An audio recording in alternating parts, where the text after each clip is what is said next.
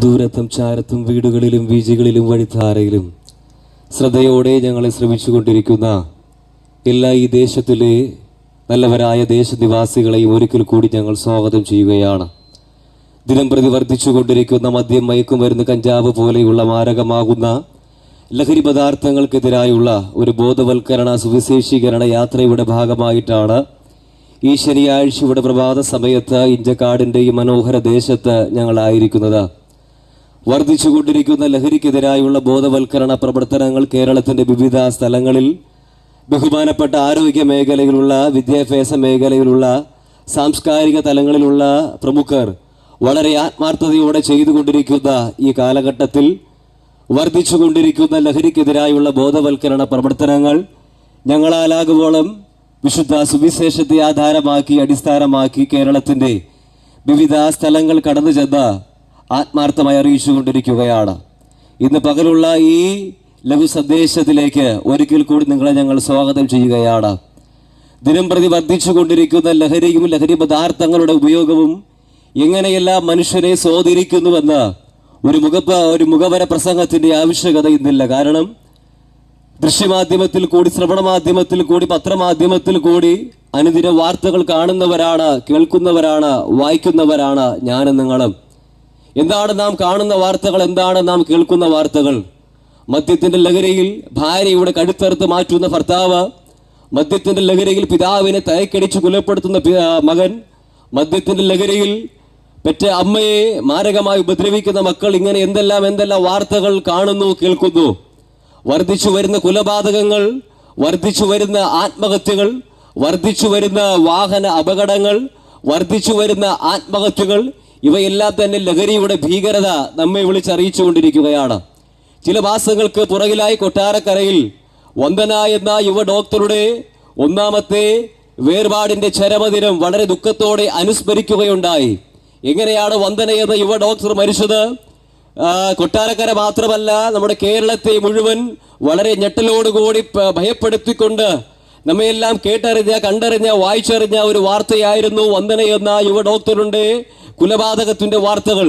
സന്ദീപ് എന്ന നരഭോജിയായ മനുഷ്യന്റെ സർജറി കത്രിക്ക് മുൻപിൽ ഒരു അറവുശാലയിൽ മൃഗത്തെ കൊത്തി അരിയുന്നത് പോലെ വളരെ മൃഗീയമായ രീതിയിലായിരുന്നു വന്ദന എന്ന യുവ ഡോക്ടർ കൊലപ്പെടുവാനിടയായി തീർന്നത്. ചില ദിവസങ്ങൾ കഴിഞ്ഞ് മാധ്യമങ്ങൾ കൂടി കേട്ട ഒന്ന് രണ്ട് കാര്യങ്ങൾ ഇപ്രകാരമായിരുന്നു. ഈ സന്ദീപ് എന്ന വ്യക്തി സാധാരണപ്പെട്ട ഒരു മനുഷ്യനല്ല. സമൂഹത്തിൽ കുഞ്ഞുങ്ങളെ നല്ല കാര്യങ്ങൾ പഠിപ്പിക്കുന്ന ഒരു മാതൃക അധ്യാപകനായിരുന്നു. സമൂഹത്തിൽ നല്ല വിലയുള്ള എന്ത് കാര്യമുണ്ട് എങ്കിലും ഓടിയെത്തുന്ന, സഹകരിക്കുന്ന ഒരു വ്യക്തിയായിരുന്നു സന്ദീപ്. എന്നാൽ ഈ മാന്യനായ അധ്യാപകനായ നല്ല ശീലമുള്ള ഈ സന്ദീപ് എന്ന ഈ മനുഷ്യരെ കേരളത്തെ ഞെടുക്കിയ കൊലപാതകിയാക്കി മാറ്റിയതിന്റെ പിന്നിലുള്ള ഏക കാരണം അദ്ദേഹത്തെ അടയ്ക്കുവാണിരുന്ന ലഹരിയായിരുന്നു. ചില മാസങ്ങൾക്ക് പുറകിലായി കൊട്ടാരക്കരയ്ക്കടുത്ത് ചെങ്ങമനാടെന്ന സ്ഥലത്ത് പരസ്യമായി ഒരു മകൻ അമ്മയെ കുത്തിക്കൊലപ്പെടുത്തുവാനിടയായി തീർന്നു. ആ വാർത്തയുടെ പിന്നാമ്പുറത്ത് ഇപ്രകാരം പറയുന്നുണ്ട്: മദ്യത്തിന്റെ ലഹരിയിലായിരുന്നു പെറ്റമ്മയെ ആ മകൻ കുത്തിക്കൊലപ്പെടുത്തിയത്. എന്തിനേറെ പറയുന്നു, ചില ആഴ്ചകൾക്ക് പുറകിൽ ഒരു കാറിന്റെ അകത്ത് ഒരു മാതാവും പിതാവും തീ കൊളുത്തി ആത്മഹത്യ ചെയ്യുവാനിടയായി തീർന്നു. മരണശേഷം ആത്മഹത്യ കുറിപ്പ് വായിച്ച പോലീസ് പുറത്തുവിട്ട വിവരം എങ്ങനെയായിരുന്നു? അവർ വളർത്തി വലുതാക്കിയ ഏക മകൻ മദ്യത്തിനും മയക്കുമരുന്നിനും അടിമയായതുകൊണ്ട് ഇനി ജീവിക്കണ്ട എന്ന് പറഞ്ഞ് ആത്മഹത്യ കുറിപ്പെഴുതിയിട്ട് ഒരു പിതാവും മാതാവും കാറിന്റെ അകത്ത് തീ കൊളുത്തി മരിക്കുവാനിടയായി തീർന്നു. ഇങ്ങനെ എന്തെല്ലാം വാർത്തകളാണ് പ്രതിദിനം നാം കാണുകയും കേൾക്കുകയും ചെയ്യുന്നത്. വർദ്ധിച്ചു വരുന്ന വാഹന അപകടത്തിന്റെ 80% ലഹരിയുമായി നേരിട്ടോ അല്ലാതെ ബന്ധമുള്ളതാണ് എന്ന് വളരെ വ്യക്തമായി മനസ്സിലാക്കുവാൻ കഴിയുന്നുണ്ട്.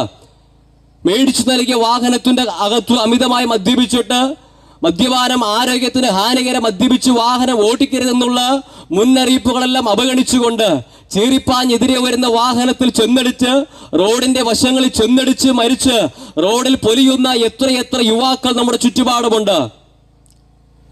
വർദ്ധിച്ചു വരുന്ന ലഹരിയിൽ നിന്നും, വർദ്ധിച്ചു വരുന്ന ആത്മഹത്യയിൽ നിന്നും വിടുവിക്കുവാൻ ആർക്ക് കഴിയും? ആർക്ക് മോചനം നൽകുവാൻ കഴിയും? വർഷങ്ങൾക്ക് പുറകിൽ ഇപ്രകാരമുള്ള ലഹരി പദാർത്ഥങ്ങൾക്ക് അടിമപ്പെട്ട് ജീവിച്ച ഒരു വ്യക്തിയായിരുന്നു ഞാനും. എനിക്കെന്ന് 32 വയസ്സ് പ്രായമുണ്ട്. എന്നെ കേൾക്കുന്ന മാതാവേ, സ്നേഹിത സഹോദരങ്ങളെ, നിങ്ങൾ പാർക്കുന്ന ഭവനത്തിൽ ഒരുപക്ഷെ എൻ്റെ പ്രായമുള്ള യൗവനക്കാരായ മക്കൾ നിങ്ങൾക്കുണ്ടായേക്കാം. നിങ്ങൾ പാർക്കുന്ന സമീപ ഭവനങ്ങളിൽ ഉണ്ടായേക്കാം. എന്താണ് ഇന്നത്തെ യൗവനക്കാരുടെ അവസ്ഥ? രാവിലെ വീട്ടിൽ നിന്ന് പുറത്തേക്ക് പോകുന്ന നമ്മുടെ മക്കൾ വൈകുന്നേരം മടങ്ങി എത്തുവാൻ വൈകുമ്പോൾ അപ്പന്റെയും അമ്മയുടെ ഹൃദയത്തിന്റെ അകത്ത് ഭയമാണ്, ടെൻഷനാണ്. കാരണം അങ്ങനെയുള്ള വാർത്തകളാണ് നാം കാണുകയും കേൾക്കുകയും ചെയ്യുന്നത്. ഒരു കാലഘട്ടത്തിൽ മദ്യപിച്ച് റോഡിൽ കിടക്കുന്ന എന്നെ കുറിച്ചുള്ള വാർത്തകൾ കേൾക്കുമ്പോൾ നിറകണ്ണുകളോടെ തല കുനിച്ചു പോയ ഒരു പിതാവ് എനിക്കുണ്ടായിരുന്നു. എന്നെ കുറിച്ച് പറയുമ്പോൾ വിതുമ്പി കരയുന്ന ഒരു മാതാവ് എനിക്കുണ്ടായിരുന്നു. കൂലിവേല കഴിഞ്ഞ് മടങ്ങി വരുമ്പോൾ മദ്യപിച്ച് റോഡിൽ കിടക്കുന്ന നിന്റെ പകരെ പൊക്കിയെടുത്ത് വീട്ടിൽ കൊണ്ടുപോ, വണ്ടിയിൽ ചാകണ്ട എങ്കിൽ കൊണ്ടുപോ എന്നൊക്കെ പറഞ്ഞ് ആക്ഷേപിച്ച ഒരു കാലഘട്ടം പണ്ടുണ്ടായിരുന്നു. എന്നാൽ അന്നത്തെ സ്ഥിതി മാറ്റി നിർത്തിയിട്ട് ഇന്ന് എന്റെ അപ്പന് സ്നേഹമുള്ള മകനായി, അമ്മയ്ക്ക് മാന്യതയുള്ള മകനായി, മറ്റുള്ളവരുടെ മുൻപാകെ ധൈര്യത്തോടെ തല ഉയർത്തി നിൽക്കത്തക്ക രീതിയിൽ എന്നെ മാറ്റിയ ഒരു സന്ദേശമുണ്ട്. അതാണ് ഇന്ന് പകൽ ഞങ്ങൾ നിങ്ങളുമായി പങ്കുവയ്ക്കുവാൻ ആഗ്രഹിക്കുന്ന സത്യ സുവിശേഷം എന്നുള്ളത്. ഞാൻ നേരത്തെ പറഞ്ഞു, സുവിശേഷത്തെ ആധാരമാക്കിയാണ് ഞങ്ങളുടെ ലഹരി വിരുദ്ധ സന്ദേശങ്ങൾ. ഇതാണ് സുവിശേഷം. സുവിശേഷം എന്ന് കേൾക്കുമ്പോൾ പല ആൾക്കാർക്കും ഒരു തെറ്റിദ്ധാരണയുണ്ട്. ഇത് മതത്തിന്റെ സന്ദേശമല്ലേ, മതത്തിന്റെ പ്രചരണമല്ലേ, ഇത് മതങ്ങൾക്ക് വേണ്ടിയുള്ളതല്ലേ, ഇത് മതക്കാർക്ക് വേണ്ടിയുള്ളതല്ലേ എന്നെല്ലാം പറഞ്ഞുകൊണ്ട് പല ആൾക്കാരും മാറ്റി നിർത്താറുണ്ട്. എന്നാൽ എന്താണ് സുവിശേഷം? സുവിശേഷം എന്നുള്ളത് മതത്തിന്റെ സന്ദേശമല്ല. സുവിശേഷം എന്നുള്ളത് മതത്തിനു വേണ്ടിയുള്ളതല്ല. സുവിശേഷം എന്നുള്ളത് പള്ളിക്കകത്ത് മുഴങ്ങേണ്ട ഒന്നല്ല. പിന്നെ എന്താണ് സുവിശേഷം? സുവിശേഷം എന്ന വാക്കിന്റെ അർത്ഥം ഗുഡ് ന്യൂസ് എന്നാണ്. എവിടെയാണ് ഗുഡ് ന്യൂസ് ഉള്ളത്? ദൃശ്യശ്രവണ മാധ്യമത്തിൽ കൂടി കേൾക്കുന്ന വാർത്തയ്ക്കകത്ത് എവിടെയാണ് ഒരു സന്തോഷം പകരുന്ന വാർത്തയുള്ളത്? നാം കേൾക്കുന്ന വാർത്തകൾ, നാം വായിക്കുന്ന വാർത്തകൾ, നാം കാണുന്ന വാർത്തകളല്ല നമ്മെ പേടിപ്പെടുത്തിക്കൊണ്ടിരിക്കുമ്പോൾ, ഭയപ്പെടുത്തിക്കൊണ്ടിരിക്കുമ്പോൾ, സന്തോഷമുള്ള മനുഷ്യന്റെ സമാധാനം തല്ലി തകർത്തുകൊണ്ടിരിക്കുമ്പോൾ ഇന്ന് പകൽ ഞങ്ങൾ ഈ ദേശത്തോട് വിളിച്ചറിയിക്കുവാൻ ആഗ്രഹിക്കുന്നു. ഒരു സന്തോഷ വാർത്തയുണ്ട്. താങ്കൾ നീറുന്ന വ്യക്തിയാണോ? നിരാശപ്പെടുന്ന വ്യക്തിയാണോ?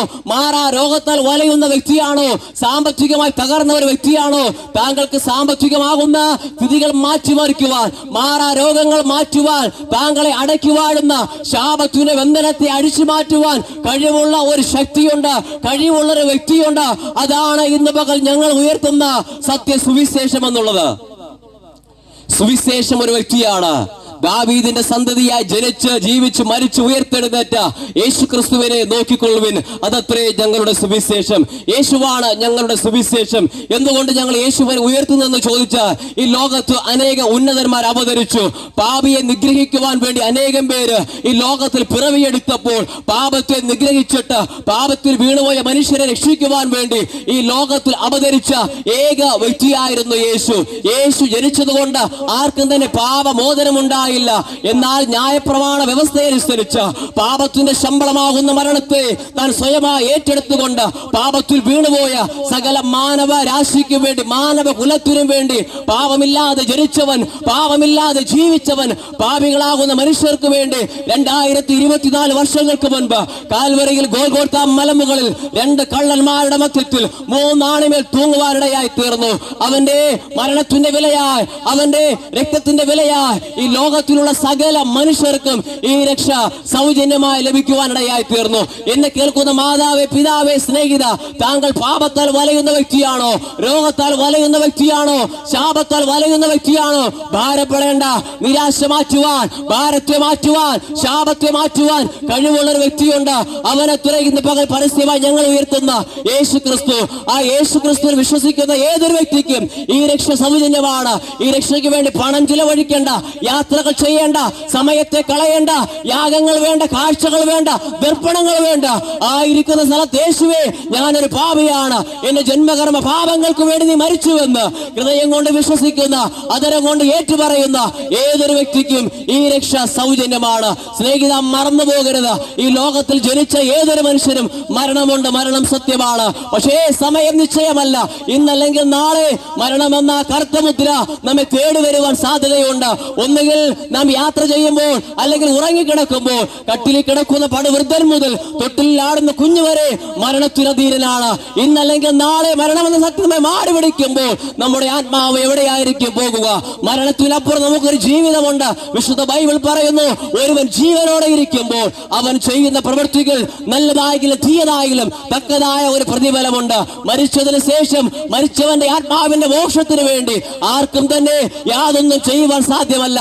നേർച്ച കൊണ്ടോ യാഗം കൊണ്ടോ കാഴ്ച കൊണ്ടോ മരിച്ചുപോയവന്റെ ആത്മാവിന്റെ മോക്ഷത്തിന് വേണ്ടി ആർക്കും തന്നെ ഒന്നും തന്നെ ചെയ്യുവാൻ സാധിക്കാതിരിക്കുമ്പോൾ വിശുദ്ധ ബൈബിൾ പറയുന്നു, ഒരുവൻ ജീവനോടെ ഇരിക്കുമ്പോൾ അവൻ ചെയ്യുന്ന പ്രവൃത്തികൾ നല്ലതായെങ്കിലും തീയതായെങ്കിലും തക്കതായ ഒരു പ്രതിഫലം അവനെ കാത്തിരിക്കുന്നുണ്ട്. മരണം സത്യമാണ്, സമയം നിശ്ചയമല്ല. ഏത് സമയത്തും മരണം നമ്മെ തേടി വരുവാൻ സാധ്യതയുണ്ട്. വിശുദ്ധ ബൈബിൾ ഒരിക്കൽ യേശു ഒരു ഉപമ പറയുവാനിടയായി തീർന്നു. ഒരു ധനവാനായ ഒരു മനുഷ്യനുണ്ടായിരുന്നു. അവൻ പാടത്ത് ഒത്തിരി വിളവുകൾ നൽകുവാനിടയായി തീർന്നു. പതിവിൽ കവിഞ്ഞ വിളവ് ലഭിച്ചപ്പോൾ അവൻ ഇപ്രകാരം പറഞ്ഞു, ഞാൻ എന്റെ കളപ്പുരകൾ പൊളിച്ച് പണിയും, എന്റെ ധനമെല്ലാം അതിന്റെ അകത്ത് ശേഖരിക്കും, ഞാൻ കാലാകാലം തിന്നു കുടിക്കും ജീവിക്കുമെന്ന് പറഞ്ഞപ്പോൾ അന്ന് രാത്രി അവനെ നിർമ്മിച്ചവനായ, അവനെ പടച്ചവനായ, അവന് പ്രാണൻ നൽകിയ പ്രാണനാഥൻ ചോദിച്ചല്ലയോ മൂഢനായ മനുഷ്യ, ഇന്ന് രാത്രി ഞാൻ നിന്റെ ആത്മാവിനെ ചോദിച്ചാൽ നീ നേടിയതല്ല ആര് അനുഭവിക്കും? ഇന്ന് പകൽ ആ ചോദ്യം നമ്മോട് ചോദിക്കുകയാണ്.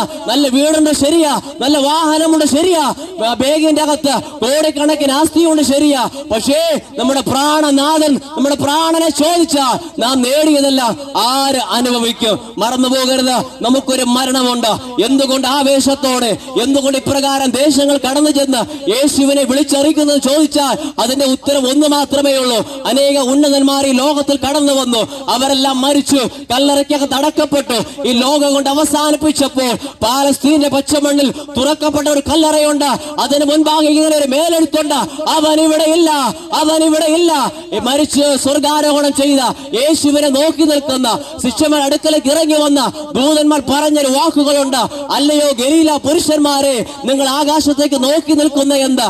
നിങ്ങളെ വിട്ട് സ്വർഗാരോഹണം ചെയ്ത യേശു അവൻ പോയതുപോലെ മടങ്ങി വരും. അങ്ങനെയെങ്കിൽ ഇന്ന് പകൽ ദേശമേ കാതോർത്ത് കേൾക്കുക, മരിച്ച സ്വർഗാരോഹണം ചെയ്ത യേശു അവൻ പോയതുപോലെ മടങ്ങി വരും. രക്ഷിക്കപ്പെട്ട മാനസാന്തരപ്പെട്ട് സുവിശേഷത്തിൽ വിശ്വസിച്ച് തനിക്ക് വേണ്ടി ജീവിക്കുന്ന ഭക്തന്മാരെ ചേർക്കുവാൻ വേണ്ടി അവൻ മടങ്ങി വരുന്ന ഒരു സമയമുണ്ട്. നമ്മുടെ മുൻപാകെ നിത്യമാകുന്ന ഒരു ന്യായവിധിയുണ്ട്, നിത്യമാകുന്ന ഒരു സ്വർഗമുണ്ട്. എവിടേക്കാണ് നമ്മുടെ ആത്മാവ് ചെന്നെത്തുക? മരിച്ചതിന് ശേഷം ചിന്തിക്കുവാൻ അവസരമില്ല സുഹൃത്തെ. ജീവനോടെ ഇരിക്കുമ്പോൾ ആത്മാവിന് ആവശ്യമായ രക്ഷ കരസ്ഥമാക്കിയിട്ട് കർത്താവിന്റെ വരവിന് വേണ്ടി ഒരുങ്ങാമെന്ന് പറഞ്ഞുകൊണ്ട് എന്റെ വാക്കുകൾക്ക് വിരാമം കുറിക്കുന്നു. ഇതുവരെ ഞങ്ങളെ ശ്രമിച്ച എല്ലാ മാന്യ ദേശനിവാസികൾക്കും സ്നേഹാവന്ദനത്തെ അറിയിക്കുന്നു. God bless you all.